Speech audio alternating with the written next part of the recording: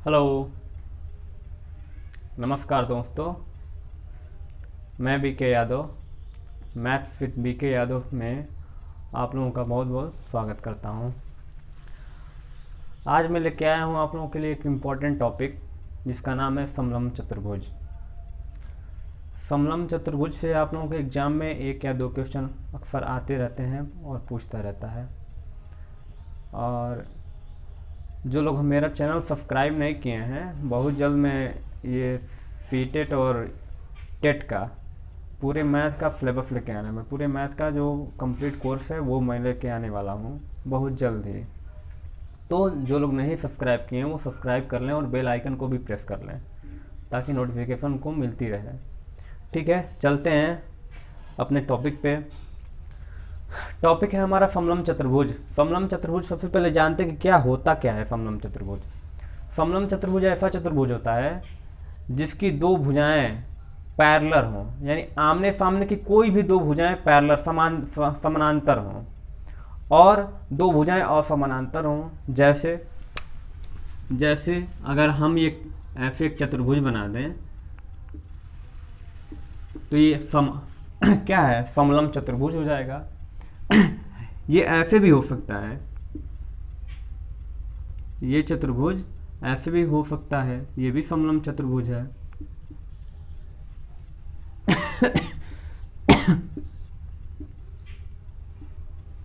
ये भी समलंब चतुर्भुज है, यानी दो भुजाएं जो आमने सामने की दो भुजाएं हैं वो क्या हो, समानांतर हो।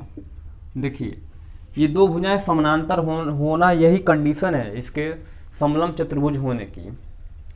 तो समलंब चतुर्भुज ऐसा चतुर्भुज जिसकी दो आमने सामने की दो भुजाएं या भुजा युग्म, हम कह सकते हैं उसको भुजा युग्म क्या हो, समानांतर हो।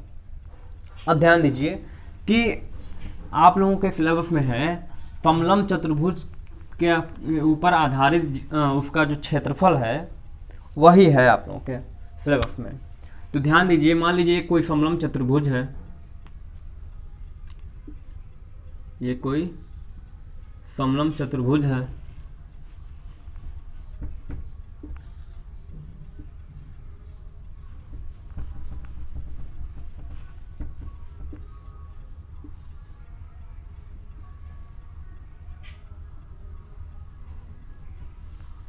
मान लीजिए ए बी सी और डी ये कोई समलंब चतुर्भुज है। ऊपर की ऊंचाई हम लंबाई मान लेते हैं ए है, यानी ए बी की लंबाई हम ए मान लेते हैं। डी सी की लंबाई अगर बी मान लें, डी सी की लंबाई बी ने है।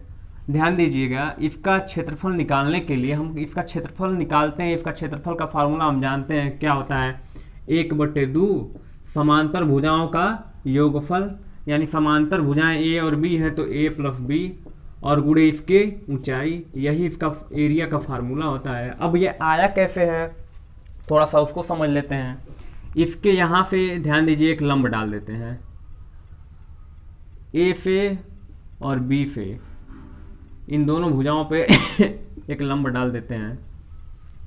मान लीजिए ये ई पे काटता है और ये एफ पे काटता है। ठीक है, अब ध्यान दीजिए, जरा ध्यान से देखिए ये आकृति कैसे बन गई। ये आकृति कुछ ऐसे बन गई, ये अगर ये ऊपर वाला ए है तो ये भी ए हो जाएगा यहाँ से यहाँ तक, और ये दोनों जो दूरियां बची यानी एक त्रिभुज कुछ ऐसा ऐसा बच जाएगा, कुछ इस तरह का। ये एक त्रिभुज और ये एक त्रिभुज, इन दोनों किनारों से एक त्रिभुज बच रहे हैं, तो इन दोनों त्रिभुज को अगर जोड़ दिया जाए तो कुछ आकृति इस तरह की हो जाएगी। यानी ये तो एक चतुर्भुज हो गया। चतुर्भुज में क्या, आयत, ये ए है तो ये भी ए है, ये आयत हो गए। मान लीजिए ये उसकी ऊंचाई h है तो ये भी h हो जाएगा, क्योंकि ऊंचाई समान है। क्यों समान है, क्योंकि दोनों भुजाएं क्या है, समानांतर हैं, और दोनों भुजाएं समानांतर हैं और दोनों के बीच के दोनों भुजाओं के बीच का जो एंगल है वो क्या है, 90 डिग्री है। तो दोनों जो दूरियां होंगी वो भी क्या होंगी, समान होंगी। यानी h ये है तो ये भी h हो जाएगा। ध्यान दीजिए, ये h हो जाएगा, ये भी h हो जाएगा। क्यों, h हो जाएगा ना, ये भी h हो जाएगा, और ये क्या हो जाएगा, यहाँ से यहाँ तक की दूरी क्या हो जाएगी, यहाँ से यहाँ तक की दूरी क्या हो जाएगी, b माइनस ए। क्यों b माइनस ए, यहाँ से यहाँ तक तो b है और यहाँ से यहाँ तक ए है, तो जो बचा हुआ दूरी होगा वो b माइनस ए ही होगा। b में से अगर ये घटा देंगे तो ये और ये बचेगा। ठीक है, अब ध्यान दीजिए, अब इसका अगर क्षेत्रफल हम निकालें तो अलग अलग, इसका पहले आयत का क्षेत्रफल निकाल लें और प्लस इस त्रिभुज का क्षेत्रफल निकाल के दोनों को जोड़ दें, तो हमारा ये समलंब चतुर्भुज का क्षेत्रफल आ जाएगा। अब ध्यान दीजिए, अतः क्षेत्रफल बराबर क्या हो जाएगा, पहले आयत का क्षेत्रफल, आयत का क्षेत्रफल क्या होता है, लंबाई गुणे चौड़ाई, तो ए गुणे एच हो जाएगा। अब ध्यान दीजिए, इस त्रिभुज का क्षेत्रफल, किसी त्रिभुज का क्षेत्रफल क्या होता है, 1/2 क्या होता है, ऊंचाई गुणे आधार। आधार क्या है, b माइनस ए है, तो ये हो जाएगा प्लस 1/2 और b माइनस ए आधार हो जाएगा और ऊंचाई क्या हो जाएगी, h हो जाएगी। इसी को सॉल्व कर लेंगे। अब ध्यान दीजिएगा, ये क्या हो जाएगा, अगर h कॉमन लें दोनों जगह से, h कॉमन हो गया तो यहाँ क्या हो जाएगा 2a और प्लस, ध्यान दीजिएगा 2a और यहाँ हो जाएगा b माइनस ए और सबके बट्टे 2 हो जाएगा ना। यहाँ अगर एक कर लें ऐसे एलसीएम लेके, तो ये हो जाएगा h इंटू 2a में से a घट जाएगा तो क्या बच जाएगा a और प्लस b और सबके बट्टे 2, यानी हम इसको लिख सकते हैं 1/2 a प्लस b गुणे h, जहाँ a प्लस b क्या है, देखिए हम क्या माने हैं, a और b को क्या माने हैं, समांतर भुजाएं हैं, जहाँ a और b समांतर भुजाएं हैं, यानी समांतर भुजाओं का वही माप जो है हमारा समलंब चतुर्भुज का जो क्षेत्रफल हो आ गया, समलंब चतुर्भुज का जो क्षेत्रफल हो जाएगा वो क्या हो जाएगा, 1/2 a प्लस b गुणे h। अब आगे चलते हैं, ध्यान दीजिए, इसी पे आधारित आप लोगों के एग्जाम में क्वेश्चन पूछे गए हैं। अब देखिए इस पे किस तरह से क्वेश्चन पूछ आते हैं। अगले क्वेश्चन पे, अगला क्वेश्चन कुछ इस तरह है कि एक समलंब चतुर्भुज के दो समांतर भुजाओं का अनुपात 3 संबंधित 2 है तथा दोनों के बीच की लंबवत दूरी 10 सेंटीमीटर है। अगर यदि कह रहा है कि यदि क्षेत्रफल 325 सेंटीमीटर स्क्वायर है तो भुजाएं ज्ञात कीजिए। अब ध्यान दीजिए, इसमें क्षेत्रफल दे दिया है और भुजाओं का अनुपात दे दिया है। मान लीजिए यही एक समलंब चतुर्भुज है इस तरह से, जिनके भुजाओं का अनुपात क्या है, 3 संबंधित 2 है, तो ये 3 हो जाएगा, ये 2 हो जाएगा, यानी 3x इसको मान लें 3x, तो ये 2x हो जाएगा। जब भी अनुपात देगा तो हम क्या एक वेरिएबल मान लेंगे x, यानी 2x और 3x। अब हम जानते हैं समलंब चतुर्भुज का क्षेत्रफल क्या होता है, समलंब चतुर्भुज का क्षेत्रफल 1/2 a प्लस b गुणे h। ध्यान दीजिए a प्लस b वही समांतर भुजाएं हैं और h क्या है, उनके बीच की लंबवत दूरी है, तो ये हो जाएगा यही क्षेत्रफल दिया भी है कितना दिया है, 325, तो क्षेत्रफल की जगह पे 325 रख देंगे। ठीक है, और 1/2 a प्लस b, a का मान 2 है 2x और b का मान 3x है 3x गुणे 10, बीच की ऊंचाई क्या दिया है, 10 दिया है। हम चाहें तो ऐसे लिख भी सकते हैं कि a बराबर 2x, b बराबर 3x, h बराबर 10 और a बराबर, यानी a फॉर एरिया बराबर क्या, 325। अब ध्यान दीजिए, 2 से हम इसको अगर काट दें 10 को तो 5 बार में कट जाएगा और 5 को पक्षांतर कर दें तो ये हो जाएगा 325/5 बराबर क्या, 3 2 5x हो जाएगा। 5 से अगर काटेंगे तो 6 और 5 65 बार में कट जाएगा ये, यानी x बराबर क्या हो जाएगा 65 और बट्टे 5, 13 × 5 = 65। x का मान क्या आ गया, 13 आ गया। तो भुजाएं क्या हो जाएंगी, अतः भुजाएं, एक भुजा कितनी है 2x है, तो 2 × 13 बराबर 13 दूना 26 सेंटीमीटर हो जाएगा। और दूसरी भुजा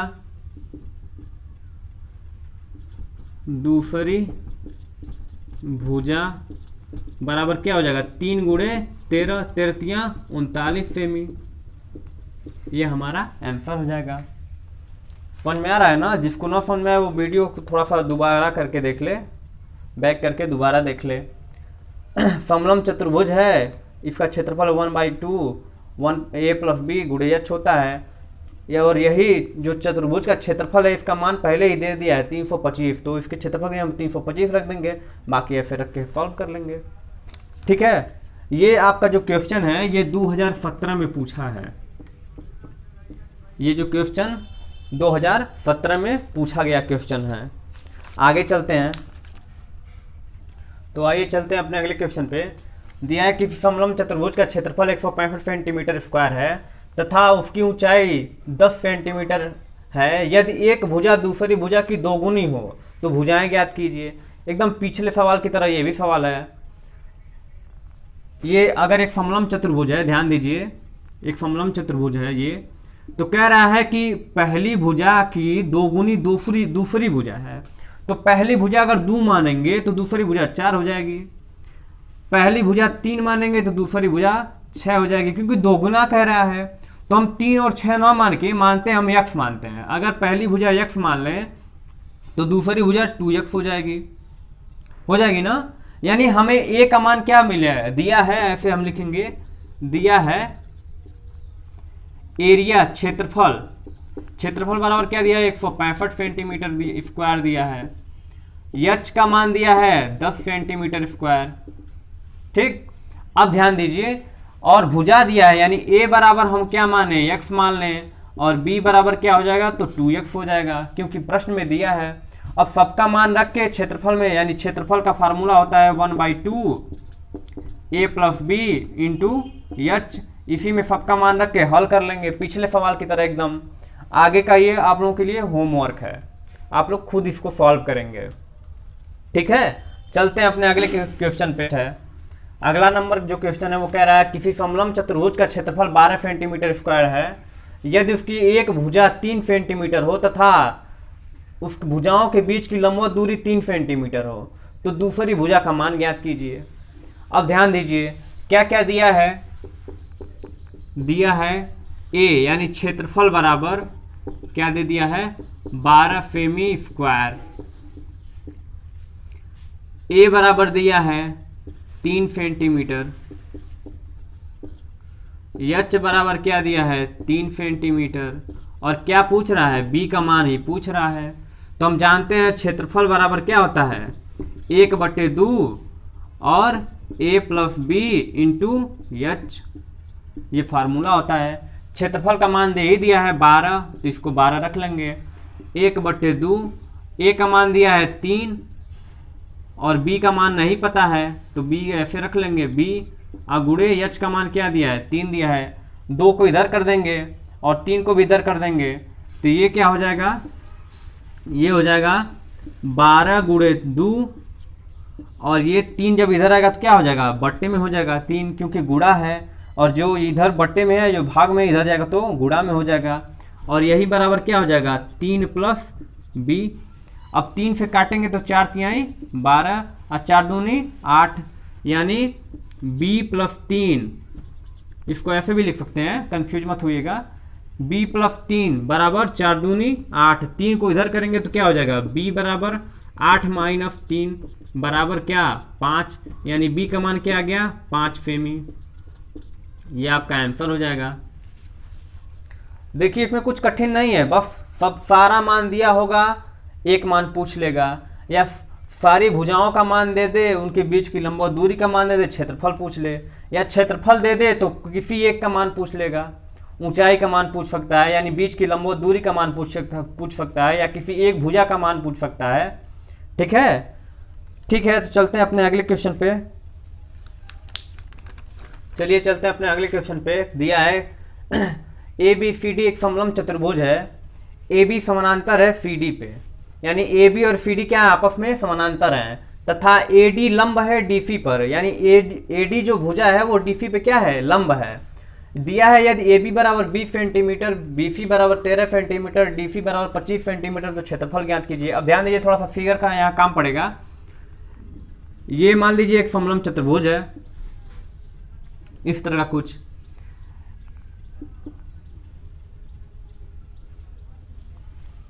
रुकिए पहले हम नामकरण कर लेते हैं भुजाओं का। ये ए है, ये बी है, ये सी है और ये डी है, मान लीजिए। तो कह रहा है ए, ध्यान दीजिएगा, ए डी लंब है डी सी पर, यानी ए और डी, ए डी यही ना होगा, ए डी ये भुजा लंब है किस पे, डी सी पर, यानी ये भुजा डी सी है, ये क्या है, इस पे लंब है। और फिर क्या कह रहा है, ध्यान दीजिए,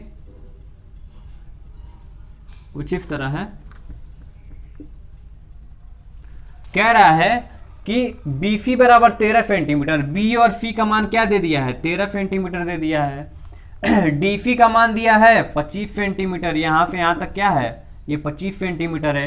ए बी का मान 20 सेंटीमीटर दिया है, यहाँ से यहाँ तक 20 सेंटीमीटर है। ध्यान दीजिए, इसके पहले तो बहुत आसान दे रहा था कि दोनों भुजाओं का मान दे रहा था और बीच की लंबवत दूरी का मान दे रहा था। तो हम लोग बड़े आसानी से रख के उसमें और मान ज्ञात कर लेते, क्षेत्रफल ज्ञात कर लेते थे। लेकिन यहाँ क्या किया है, बीच की दूरी दिया ही नहीं, बीच की लंबवत दूरी नहीं दिया, ये भुजा का मान दे दिया है। इसके लिए ध्यान दीजिए, हम क्या करेंगे, एक छोटा सा काम करेंगे, यहाँ से एक लंब खींच देंगे। अगर इसका मान, ध्यान दीजिए, इसका मान अगर यच है तो इसका भी मान यच होगा, क्यों, अभी पीछे हम बताए हैं क्यों होगा, क्योंकि ये दो समांतर भुजाएं हैं, इनके बीच की दूरी हमेशा बराबर होती है। दो समांतर भुजाओं के बीच की दूरी हमेशा बराबर होती है, तभी वो समांतर हो पाएंगी। अब ध्यान दीजिए, ये 13 है और ये यच है, यहाँ से यहाँ ध्यान दीजिएगा, यहाँ से यहाँ तक कितना हो जाएगा, ये तो 20 है, देखिए ये ऊपर वाला 20 है तो ये भी 20 हो जाएगा। तो यहाँ से यहाँ तक कितना हो जाएगा, ये 5 हो जाएगा, क्यों, पूरा 25 है, यहाँ से यहाँ तक 20 हो गया तो ये क्या हो जाएगा, 5 सेंटीमीटर हो जाएगा। अब यहाँ से एच का मान हम निकाल लेंगे। ध्यान दीजिए, अगर ये ई बिंदु पर काटता है तो त्रिभुज बी ई सी में, ठीक है, पाइथागोरस प्रमेय लगा देंगे। पाइथागोरस प्रमेय आप लोगों को याद होगा, पाइथागोरस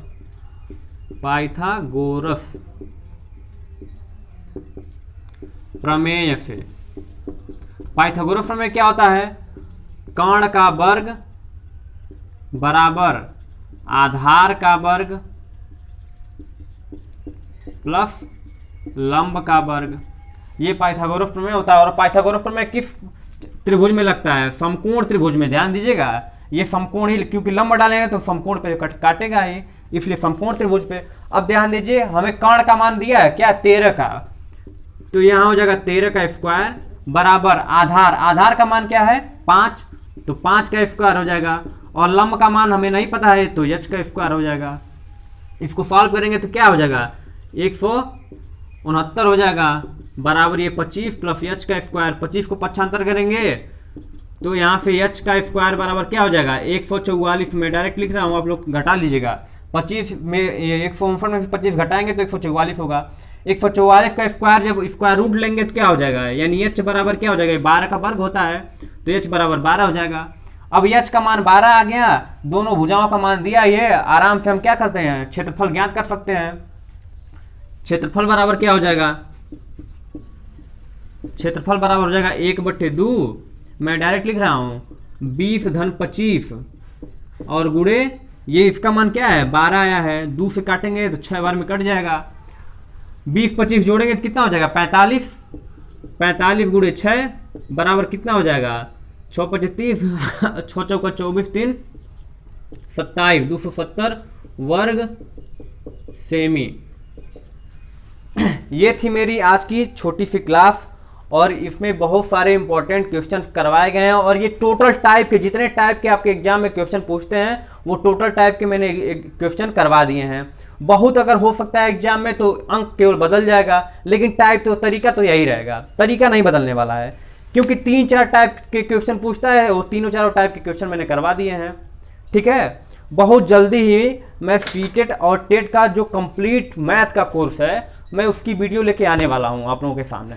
तो जो चैनल सब्सक्राइब नहीं किए हैं भाई बंधु, मित्र वो सब्सक्राइब कर लें और बेल आइकन को भी दबा लें ताकि नोटिफिकेशन उनको मिल जाए। मैं ये पूरा कोर्स फ्री में करवाने वाला हूँ यूट्यूब पे, और टोटल एकदम अच्छे तरीके से करवाऊंगा, चैप्टर वाइज करवाऊंगा, और इसमें टाइम भी लगेगा वीडियो बन रही है, अपलोड होंगी धीरे धीरे। तो आप लोग सब्सक्राइब जरूर कर लीजिए और अधिक से अधिक शेयर कीजिए। ठीक है, धन्यवाद।